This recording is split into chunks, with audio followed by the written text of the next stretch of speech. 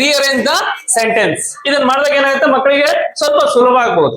For example ನೋಡಿ, ma'am my this is, ಇದ್ರ first ಯಾವ್ದು ಬರಬೇಕು ಲಾಸ್ಟ್ ಯಾವ್ದು ಬರಬೇಕು ಅನ್ನೋದನ್ನ ನೀವು ಕಂಡಿಡ್ಕೊಂಡ್ರೆ ಸೆಂಟೆನ್ಸ್ ಫಾರ್ಮೇಶನ್ ಈಸಿ ಆಗುತ್ತೆ. This first, this, this is next, ಇದು ಅನ್ನಕ್ಕೆ ಇವರು ಅಥವಾ ಇದು ಅನ್ನೋದಕ್ಕೆ ದಿಸ್ ಈಸ್. ಯಾರು? ಮೈ, ನನ್ನ, ನನ್ನ ತಾಯಿ. ಯಾರು? ತಾಯಿ. Mom, this is my mom. ಅರ್ಥ ಆಗ್ತಾ ಇದ್ದ ಹೇಳೋದು? ಸೊ ಹಾಗೆ ನೆಕ್ಸ್ಟ್ ಇನ್ನ 2 ಸೆಂಟೆನ್ಸ್ ಇದೆ, ಮಾಡ್ರಿ ನೋಡೋಣ ಯಾರು ಮಾಡ್ತೀರಿ ಬರ್ರಿ. ಹಾ ಹಾ